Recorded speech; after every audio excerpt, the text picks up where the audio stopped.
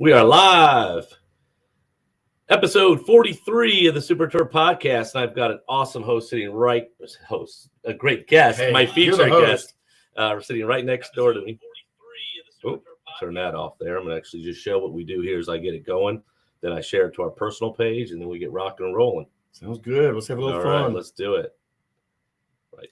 So that's why I also tag you, too, so everybody can see us here.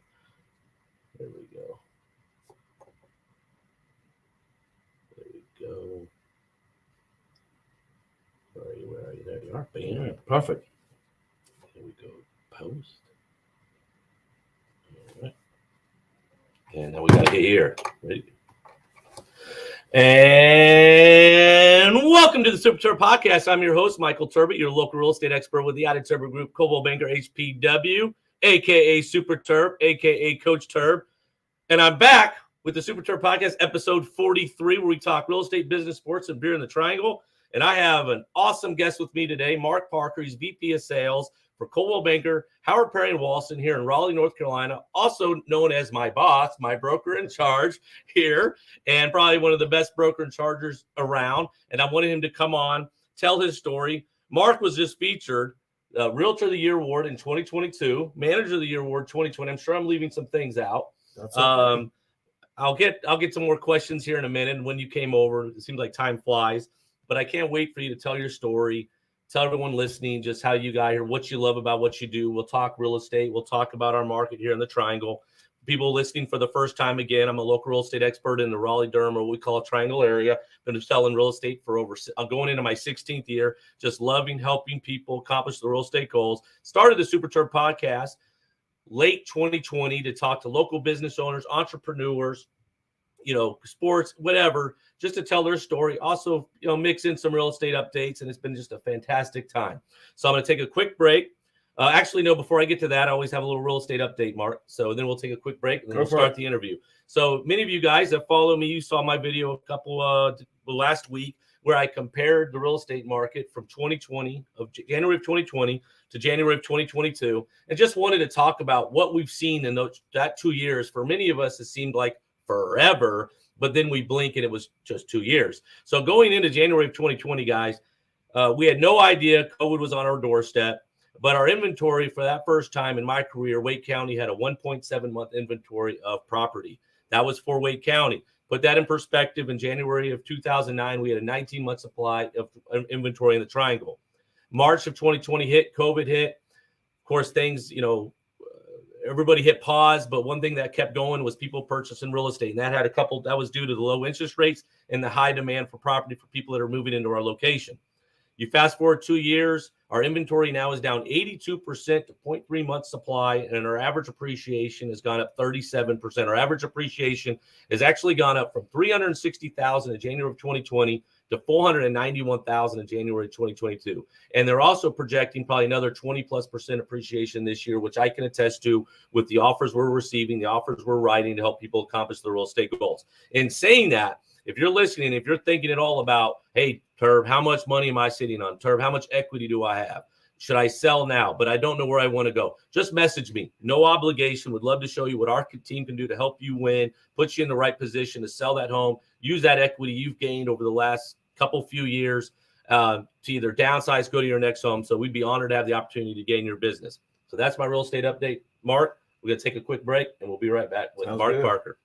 And welcome back to the Super Terb Podcast. Again, I'm your host, Michael Terb, your local real estate expert with the Terb Group, Coldwell Banker HPW, a.k.a. Super Terb. And I have my featured guest sitting right here next to me, Mark Parker. Mark, say hello to everybody listening out there. You're on Apple, you're on Spotify, you're live on Facebook, you're live on LinkedIn, and you're live on YouTube. So even when we're done here, people can go back and watch. Fantastic. So tell everybody your name and where you're from. Well, I'm Mark Parker. I'm from all over the place. I've born and raised in a lot of different places of the country, or should I say overseas. Born in Zimbabwe, lived in Malawi, lived in South Africa, lived in Belgium, lived in England. My parents were in Brazil for quite a bit, and now I've called Raleigh home for the last 19 years, or a little bit longer than that, actually. So it's good to be here. So you've had some great guests on here, Michael. Or should I call you Super Terb? Super Terb. I'm Terb. You're Terb. Coach Terb. Yeah. So just to be here. People say Michael, it's my wife who's on the trouble. Right. You're running. I'm usually like, oh gosh, what's going on? Right. But you've had some great guests on here, so it's just an honor, and I'm excited to be here and just kind of talk a little bit about things. It's so much fun because when I started this podcast, I was just like, I needed more content. I'm very big at social media. I love helping people. I love giving advice. I think that's something in our industry where we need more of.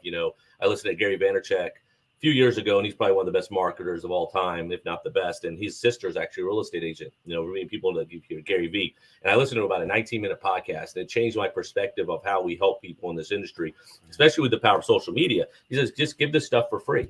So that's why I'm really big with real estate updates, also with featuring local businesses, helping people promote themselves. Because you're not only just an agent, you want to be that expert of the town. So that's where I started this, and it's just manifested now where it's a lot of fun. Oh yeah, it's a lot of fun. So now how long have you been in real estate? I started in 1999. So 23 going on 24 years. So now we're here in Raleigh? In Raleigh, yes. So I started with Farmer Morrissey. I was with Farmer Morrissey for about 22 years. Great company. But I was in sales for about 10 years, had a small team, but at one point, we were the top selling team for the company and had a nice career in sales. But in 2009, I transitioned into managed another larger office. And then we had the good fortune when Susan Holbrook, who was the manager here at Coldwell Banker HPW Midtown office, when she was getting ready to retire, she came to me and asked me if I would be interested in kind of taking over the helms. And it was a complete honor. Now, when was that? It was a couple years ago? Well, I joined June of 2 years ago. 2 years in 2020. Correct, right. But she and I have been talking for quite a while. Well, no, we knew there was a transition going to happen, and hopefully Susan will watch this. We were so blessed to have Susan Holbrook as our leader for so many years. Lady. We've been in Coldwell Banker since 2011. It's hard to believe, and we knew that obviously a transition was going to occur. And then, of course, when you joined, we can't be happy. We're so lucky to have you. So before real estate, what did you do? Did you have another profession? Well, I dabbled in a few things, but I had 2 CD retail stores. I'm going to date myself by saying CDs. You sold CDs? Sold CDs. It was actually as a unique concept. What we did is we sold used CDs. People would bring them into us, and it was a real nice store. We paid anywhere from $2 up to $5 per CD. Turned around, sold them for $2.99. Here in Raleigh? Here in Raleigh. What was the name of it? CD Warehouse. Oh, I remember that. Where was it located? It had one on the corner of Creedmoor and Lynn, and then the other one on High House and Main. I'm sure I've been in there. That's old. That's old school. Could very well, but it was a lot of fun. But it kind of tells me how you got to the position you're now, because you were used to managing a business then, and then you got. So when you said, "Okay, I'm done with CDs," what made you say, "I'm going to go sell real estate"? I actually transitioned. And what was the market like then? Oh, yeah. So much has changed. I actually have always had a passion for real estate. I actually got I applied for my license right out of college, but I never pursued it, never went anywhere with it. But when I had the CD stores, they were doing success, and they were doing well on their own. That allowed me the ability to kind of transition into real estate. So I just dabbled in real estate, but 2 years later, things just doubled for me. And they kept on growing from there. So my business partner at the time said, "Hey, do you want to sell?" I said, "Not really. Make me an offer." And ever since then, I've never looked back. I've been real passionate about being in real estate. It's, as you said, it's a lot of fun. You get to help people. It is, yeah. I mean, and so when you started, how many pages were the contract?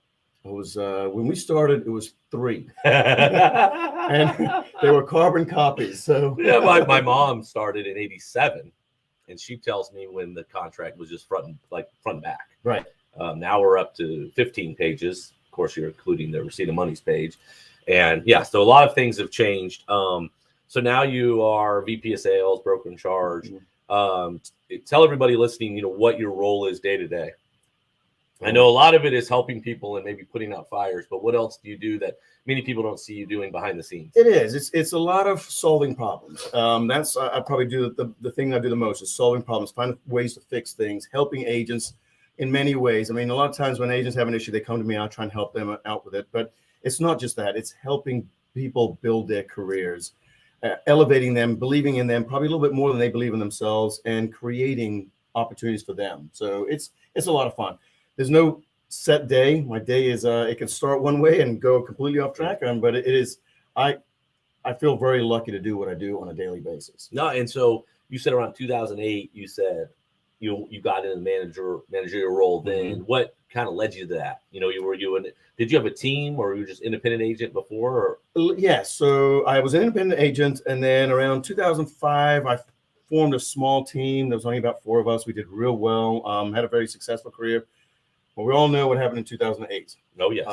And we talk about how much the market has changed. It drastically changed. And, my former manager, he had been coming to me and asking me to be a manager. And I kept on telling him he couldn't pay me enough because I was having a lot of fun being successful in real estate. But in 2008, I had 2 young children, and I saw a little bit of necessity for security, for family, a little bit of stability. So I decided to go into management. I was very lucky, took over a great office, and, no regrets. I miss the sales aspect of it, but I also enjoy what I do because I get to see people hit new levels and help them get to new heights. And for that, you were just named Realtor of the Year. How did that make you feel? Obviously pretty pumped, pretty honored. That was a big surprise, but it made me feel good. It was when that's sort of awarded from your fellow colleagues, it makes you feel good. And so, it was pretty special. Well, the leadership you provide is second to none. And you mentioned the love for real estate. So, I know, tell everyone listening, what that is, like why, what gets you up, and, it's a challenging job too, but what would you say you love most about real estate? Well, no doubt it's a very challenging, stressful business to be in, but you know what? Every day I love to wake up and get to go to work because I love what I do. It's fun. It's exciting. We'd mentioned, yes, problems come up, but every day is different. Every day poses a new challenge, and I'm a problem solver by nature. So whenever someone presents me with a problem, there's a solution for everything, and it's just trying to figure out how to make that happy. And yes, we represent our clients, but at the end of the day, we've got to put a transaction together, and that makes everyone happy. And that's where my hashtag Coach Terb came in as well. Before this, I was a college basketball coach. And in residential real estate, we're coaching the whole time. And we just got to submit an offer last night, got a counter. Now we're coaching on how we should go about getting it done. You have things arise that you're not expecting. But I think the one thing you also mentioned is you have a problem and a solution. And I always tell our team, you want to concentrate on the solution, we'll take care of the problem. Correct. But if you concentrate on the problem, you don't have a solution. Absolutely. And that's so important in our industry, especially when you're ready to go and talk to your buyers or sellers, something that, happening behind the scenes, and prepare to help them get to that next level or that step. What are the biggest challenges that you're seeing today in the market? Oh, wow. Well, everyone's heard about the low inventory. It is I think yesterday we may have hit a record low. I looked at it. It was 1,348 homes actively listed in the entire triangle.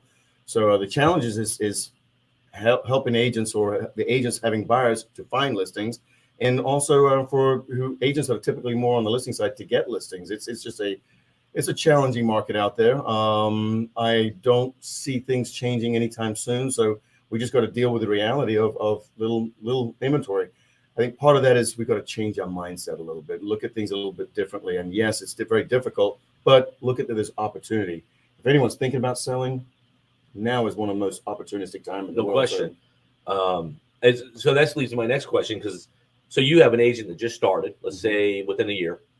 Then you have an agent that's been doing it 20 plus years. Right. What advice are you giving them? Now, maybe a little bit different for each, to adapt to this competitive market, because I know my coach told me going into this year, we've got to get uncomfortable to even do better than a year ago. Yep. Because you have to adapt. So what are those conversations like, or what would you tell an agent, like I said, whether they're doing it less than a year or 20 years? Right. Well, I'll say to any new agent, when you don't have a sphere of influence or a client base yet, a lot of times you're trying to earn their trust and earn their confidence, which is great. You always got to do that. But the biggest thing agents have got to do in today's environment is set the right expectations. That's my fellow agent buddy out in San Diego. Oh, there you go. Coaching core agent. Good. I'm glad you could be there. So, David's crushing it too. So sorry, didn't mean to interrupt. No. I think it's really helping. People need to set the right expectation, and that's probably one of the biggest challenges that they're facing. Is just how to have that dialogue to set the expectation. Because if you do that right up front, it sets the path of a smoother transaction. And to be honest, what we have to do differently today, go back to old school, back to basics. Mm-hmm. Pick up the phone, reach out to your clients, reach out to anyone that you know, help them. I think probably the best thing is educate them on what is happening. I was at a Super Bowl party right after yours. Actually, that was Yeah. a lot of fun. We had a good time there. But people were coming up to me and they're like, "Mark, the market is crazy. You guys must be turning it and just making money left." And it's really not the case because the challenge is there's not enough unless you're listings in out it, you don't get it, and it's not their fault. I mean, unless you're really in the bit, because even the buyers that are still approaching us that maybe haven't bought, or buyers that are coming from out of state, or buyers that again haven't been in the market for 10 plus years, they either still think that sleepy Raleigh, we just like to call it, or that it's the place to invest. I mean, our prices in relation to the rest of the country are still low, right? but how much we've grown, we're catching up. And then I also think they don't really understand the full concept of how tough it is. But that's why we strive on our consults and having buyers prepared to get into this environment and put them in position to win. I will say, I think we do a really good job of that. If we don't get a home, I don't like saying winning or losing. As long as our buyers, our clients put their best effort and listen, if we don't get it, just wasn't meant to be. Right. Now, on the flip side, on the sales side, there's a strategy that's totally involved, because I think what we've seen a big change, and you can elaborate to this as well, is the coming soon strategy. Because I think coming soon is not being used the way it was supposed to be, where actually sellers were preparing their home to sell. Right. Now, I mean, just for example, last Sunday, we had 6 sight unseen offers on one house, and it was in a coming soon stage. Right. That means people were not even able to walk through the home. They used photos to make their offer. Right. Absolutely. And that's a strategy that is very key in today's market. I'll be the first to say I was not a big fan of coming soon. I think some people manipulated how it was supposed to be, what the intent of, but in today's market, it is a crucial component of really strategizing, getting the right price for the house, getting it market ready, letting people know it's coming, and that will maximize the seller's opportunity with 6 sight unseens. Yeah, that's tremendous. Yeah. And so saying that last decade, I know we went through a recession, came out of the recession. Now we're with no inventory. But in overall, like the triangle itself and its growth, what is the biggest thing you've seen over the last decade with the area? Well, the area is just a tremendous amount of growth, and I think we've grown in a very calculated way. We've had we still have a great quality of life. You'd mentioned, yes, our prices are increasing, but we're still relatively, I won't say affordable, but we're still viewed as a reasonable market. We have a lot of people moving from California, New York, and they see the value here. But really what it comes down to is we have a great quality of life. When you got companies like Apple and Google and everything moving here, they obviously understand this is a good place to relocate families and grow from there. Yeah, so, I mean, taxes are low. Mm-hmm. You have all the great universities, all the great hospitals. You have the mountains a few hours west, beach a couple hours east. We get our 1 or 2 sprinklings of snow, which people, of course, make fun of us. On the radar, things close. But yeah, that's what I've seen. Obviously, the expansion of 540, just everything. The growth has been immense. And so when people see the market now, the first reaction everyone has is, especially if you're buying, I'm going to sit on the sideline and wait for the market to crash. I'm going to wait for it to correct itself. And I have to explain that many people, it's hard to believe because time flies. Many agents, as well as many people I'm talking to, really never experienced the financial crisis. Right. The recession, or we call the Great Recession. So tell everybody the difference between 2008 and now, and why there won't be a crash, or why you foresee what's going on to happen for the next 2 to 5 years. Well, we all wish we had that crystal ball, but based on everything that I'm seeing happening, especially the last few years, here's the big difference. 2008 was a financial meltdown. Liquidity wasn't there. Banks did not have the ability to loan out money. So if you don't have money, people couldn't buy. So, and then we had, tremendous inventory. People were speculative. They didn't want to move forward. There was a lot of uncertainty. Whereas today, it's purely an inventory problem. We have pent-up demand. I think it's 64 people are moving here a day. Plus, we've got a great, talented, educated pool of people here right now that want to buy something. So with the lack of inventory and the pent-up demand, I just don't see this pendulum swinging, and it's not going to crash because of the demand. Even if we see interest rates rise a little bit, which it has. It's getting close to 4, but it hasn't slowed anything down. It has. And typically when you see rates rise a little bit, it creates a little bit of a frenzy. People that were sitting on the sideline may say, I want to get in before it goes up any further, but interest rates are still low. I don't see this changing until we get to about 4, maybe 5,000 homes on the market. That's when it'll become a little bit more of a balanced market. my prediction is we're going to see the same kind of appreciation for the next at least 12, 24 months.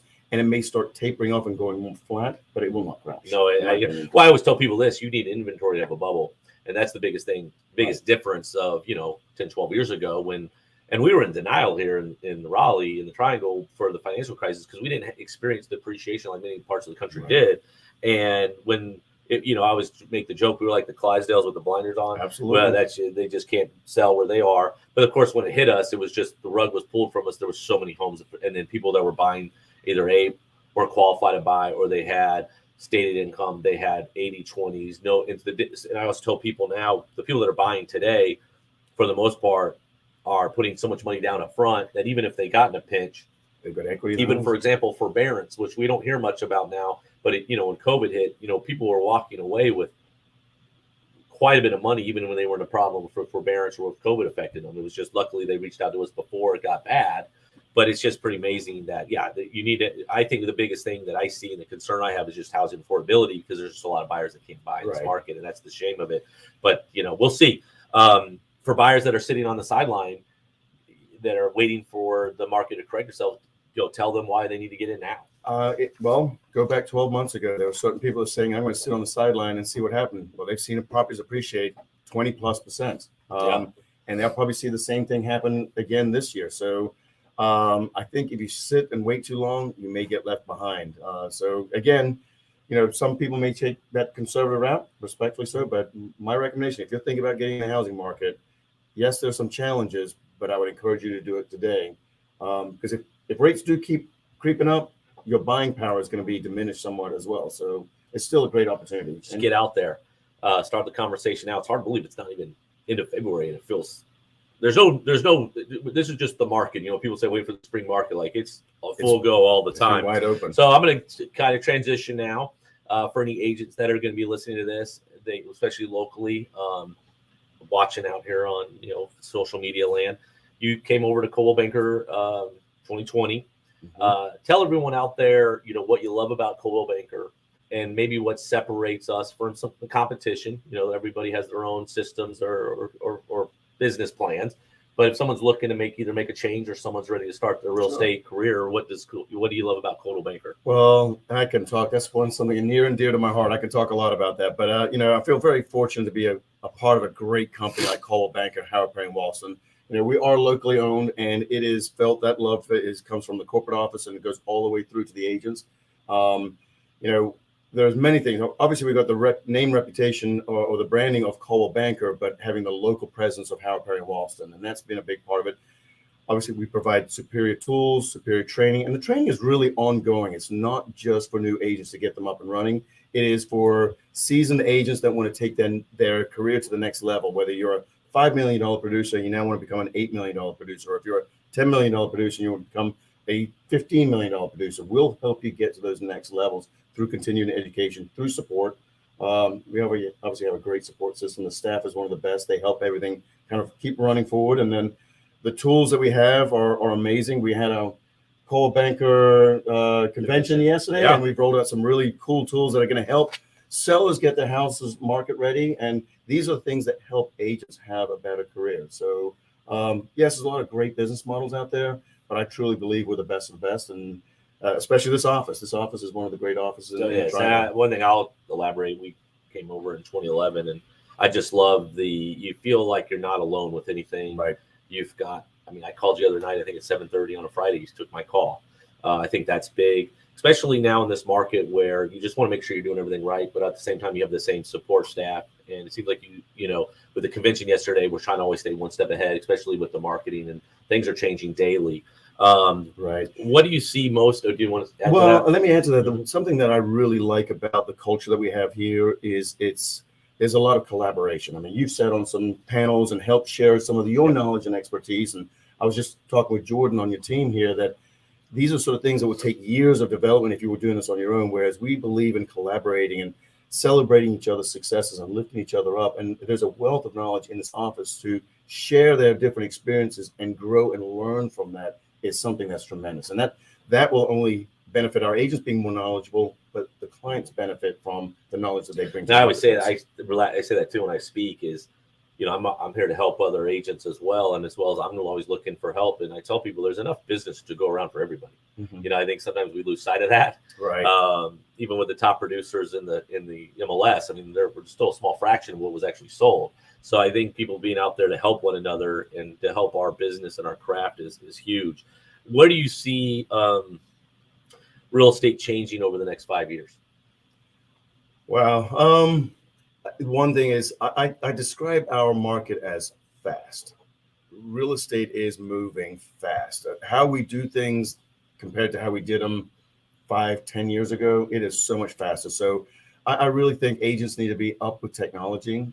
They need to be able to move and adapt very quickly because it does change. Again, I'd like to go back to that crystal ball and say I wish I had one, and I have a lot more friends, but I don't. I think we're probably going to be in a real fast market for the next 3 years, and then it may start tapering off a little bit. But again, the technology is what's going to evolve us. There's always going to be industry.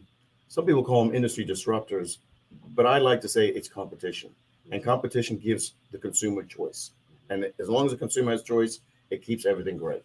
I think you're exactly right with the technology, especially as the demographics, the millennials, and they're now getting into the full buying power. And I always show people this. This was started in 2007, right? Right. Our life changed. People now have all the information before you do, and that's again where you have to provide that expertise to help them get to the finish line. Because I would tell this to any agent listening out there: know your numbers, know your craft. Unfortunately, it's not even unfortunate. It's just, I don't know what some people do. They still look at agents sometimes as a commodity. I just need to get me in the door, put a sign in the yard. And there's so much more value than that. I always say who you work with matters. And there's no more important time than that really applies than now. And I just feel like, and I tell people that, or I talk to agents, I'm nervous about social media. I don't want people to think I'm a sales. You're a salesperson first. Right. And two, if you don't have a personal brand in this market, you're not, because when someone now can say, hey, Alexa, give me the top agent, that's where we're going to. So if you don't have that personal relationship, or you don't have that brand where people think you, and in real estate, you got to work at that. Absolutely. That's what I tell people. All right. We're going to have some fun here. All right. Let's do We're it. going to rapid questions. Craziest showing story from your real estate career. Craziest showing. Okay. I always like these. Well, you know what? This I could probably name some. Probably not some that are appropriate for our podcast right now. I'll keep them clean. But one time I was showing a property, and it was a young couple, and we heard running water upstairs. So I said, that just doesn't sound right. So anyway, I walked upstairs and walked into the bathroom, and there was a full-grown man taking a shower, and I had absolutely I thought it was a toilet running or something like that. And I don't know who was more shocked, he or me, but evidently he didn't get the notice about the showing. So, that's something about technology, because I remember when you didn't obviously have text message, you had the courtesy call, appointment required, or go and show. Still similar to today, right? But people would sign up for the courtesy call and not get the call. Right. For the house my wife and I actually bought when we moved back to Raleigh, Mom, it was probably one of the last times Mom worked with a buyer. It was 2006, and we ended up buying the townhome in Bedford. But we walked in, same thing. We didn't walk in on our seller, right? But we heard the water running, and we got out of there really fast. I just didn't put two and two together, but right, yeah. So here's another one, a little wrinkle, because many people listening maybe not know Don Walston, but he is a phenomenal person, phenomenal owner. Amazing, but he's also 100 miles an hour wide open, nonstop. That's PG-13 Don Walston story. That someone may not know about. Like, you have something. Well, I'm relatively new, so I think I'm still, but I've heard stories about Don. But let me I'll say this about Don. I don't have a story, but I want to say that he is one of the most caring people. There are people that open up businesses to make money. He opened up business because he wants to take care of people, and he truly, truly, truly cares about his people. And at 80 years old, I hope I have half his energy when I'm his age. So, well, that's how we came back in 2011. Right. Many people may not know. My mom started in 1987 with Better Homes and Gardens. Don was the owner there, and she went to Remax. And it's kind of funny though, because Don told my mom she wouldn't last a year in the business. And really, I think Mom always remembered that. Oh yeah, right. But of course that was more of a friendly jab. And then 2011, when during the recession, things like that, she came back home, and I know my mom can't be happier. Don, like you said, I love being around him.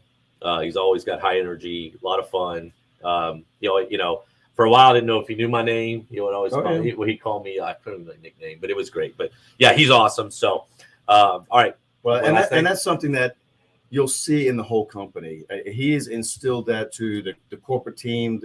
Everything they do at corporate is amazing because they do it for the passion to help the agents. So, and we truly are a family-run business where we look out for each other, we care for each other. That's great. So rapid questions now. Okay. Are you ready? Game on. Favorite food? Steak. Favorite band? Dave Matthews Band. Have you seen him in concert? Yeah. How many times? I've seen him 22 times. This summer will be the 23rd time. So that's awesome. But that's nothing. I mean, my brother, I think he's seen him probably 80 plus times. So we just saw Magic Dragons for the 4th time. We thought that was like that's high energy. Yeah, no, I love it. It was so great. We saw them just a couple weeks ago, and it was their 3rd show on the tour, and you could tell how excited they were back entertaining in front of people. Well, that's one of my things. Live music is something that's I do too. You know, just a lot of fun. You know, favorite sports team? Carolina Panthers, pro football, and then college basketball is going to be Chapel Hill. Carolina. Yeah, Carolina fan. What do you like to do when you're not doing real estate? Honestly, spending time with friends. That is probably something that hanging out, drinking beer, whatever. I'm a big fan of traveling. I love to travel, go check out different cities. Well, cool, because that's going to be my next question. Okay. Yeah, so that's cool. So just chilling, hanging out, having a good time. Favorite movie? Saving Private Ryan. I would guess. I don't know. I'm not a big movie buff. Well, it's hard. I always ask that question, and I like movies, but then it's like, what genre, right? I have several movies I love, but I always kind of gauge a movie if you know you love it, if you can start watching it anytime during the movie and you still watch the whole thing, right? You know. But yeah, Saving Private Ryan's fantastic. Yeah. Favorite place you visited? Recently, I would probably have to say San Diego. Love San Diego. A little bit out of my price point, but has great food, great area, great weather. What took you out there, just to visit, or friends? Well, I've been out there several times, but I went back there in November for convention, for NAR convention. But I also kind of bookended, took a few extra days, and enjoyed some of the sites. Went to the La Jolla Beach there, and just took some time traveling around. I've only landed there, but I heard it's beautiful. Oh, I highly encourage buddy David, if you're still listening, you know, we'll hook him up. Yeah, so absolutely, I encourage it. So, where do you want to go that you haven't been to? You know. Where do you want to travel that you haven't been to? I haven't been to Australia. Would love to go to Australia. I've been all over Europe, all over obviously America for quite a bit, and Latin America, but and Africa as well. But have not been to Australia, and that's probably my bucket list. That would be really cool. I'm trying to arrange a trip next summer to take the family to Hawaii. Cool. My wife and I went there for our honeymoon 17 years ago, but my son will be 15, my daughter will be 11. I was like, I want to take them back before they get much older. Exactly. Have a great trip. Yeah, so we're starting the books. You could have dinner with 2 people, dead or alive. Who would they be? I would probably have to say, that's a great question. Dead or alive? Probably Bob Marley. Again, interesting guy. That so would be cool. It'll be a great one. So, and I don't know. Boy, I didn't have time to think these through. These are why they're rapid questions. They are. I love it. All right, let me have some time to come back. Okay, all right. Your favorite charity? Probably the Green Chair Project, just because they do a lot for people here locally. So we started this year. So I'm going to put Green Chair. Yep. We also do the Turkeys for the Triangle. That's another big one of mine. So obviously that goes to feed a lot of people, those in need. So, but I do a lot. Habitat for Humanity is something I can. Well, we're starting this year, so I wrote a letter out to all my sphere and friends this year. We wanted to make 2022 the year of giving. Absolutely. So everybody that closes on a home, and we're making a list, and everybody that comes on the Super Terb podcast, we're donating $50 in your name to your charity. So we'll be happy to do that for Green Chair. And this is the last question I ask for all my guests. I love it. I keep saying every episode I'm going to make a book whenever the Super Terb podcast is over. Don't know when that will be, but I just love all the answers that I'm getting. The best advice you've ever received, and by who? Well, the best advice, I can't remember the gentleman's name. He was an older gentleman. He owned a lot of rental properties in the area, and he always just used to say, don't sweat the little things. Don't get hung up on the minutia of the little things, but just, focus on getting things done and don't worry about it. Because if you spend time worrying on something, you're not going to solve the problem. Yep. So no, that's good. I love that. Mine was said by my high school coach, Mark Miller. He always said, finish. And I coaching my son's team today or now, but it applies to so much. If you start something, finish. You may not enjoy it, but if you commit yourself to doing that, finish the task. Yep. That's a great one. Any final thoughts? And I appreciate you coming on the Super Terb podcast. No, I just thank you for inviting me. This has been a lot of fun. I've enjoyed doing it. So it's always good to connect. You and I always talk a lot anyway, whether we're on camera or off camera, but it's just always good to connect. I'll be sharing this, so if anybody's wanting to talk to Mark too about, real estate or career change, just message Mark. He'll take great care of you. No, I just can't thank you for coming on. We also typically feature a local beer of the week. I may just throw that in right now. Usually I take a small break, but I'm going to talk about my favorite local beer right now. I've talked about them before, and I don't know if I'll share mine afterwards, but go ahead. Okay. If you know Bombshell Brewery? Absolutely. Down there in Holly Springs? Yeah, that's great. So this time of year, they have a coconut stout. All right. And it's seasonal, I believe, but that I saw it at my friend's Dee's Bottle Shop off Falls and Noose. Right. And I always give my friends Taylor's Wine Shop a plug. They're great. Yeah, off Six Forks Road. They were actually one of my first clients when I got here. So to see that store evolve and become what it is, it's been. I grew up in Pannonia. Mm-hmm. My parents still live there, and Taylor's, or back in the day, was Variety Pickup. Right. And I couldn't cross the street. So I literally could drive. I still laugh about that. But yeah, they've been a staple there. Ben Cash and his father, the great people, but they've been on my podcast. Yeah. But yeah, so if you can't make it to Holly Springs, down to the brewery. Another little known fact about Bombshell, it's an all-women brewery. Yep. But they have great beers. Anytime I'm actually showing a house down there, I usually stop in. Yeah. And but if like my friends at Dee's Bottle Shop, which is up there off Falls News near Wakefield, that's where I picked up the last 4-pack of coconut. Now, what was your favorite beer? My favorite beer is mine personally. I'm an IPA drinker, so and if I have my go-to, it's a Hop on Top made by Luma Brewing Concession. So, but we're very blessed to have a lot of great. Well, that's why I started local beer of the week too. Oh, it's awesome. Because there's so many great breweries, and as hopefully with the COVID restrictions getting lighter and lighter, we just got word. I think March 7th, the kids are going to have masks optional and businesses, so it's going to be good. Plus, most of these breweries, you can be outside and you can bring your dogs and just hang out. So, and I would say shop local, shop local. Yeah. So I love that. So great. Well, Mark, thanks so much for coming on. Everybody, if you love the podcast, please please subscribe.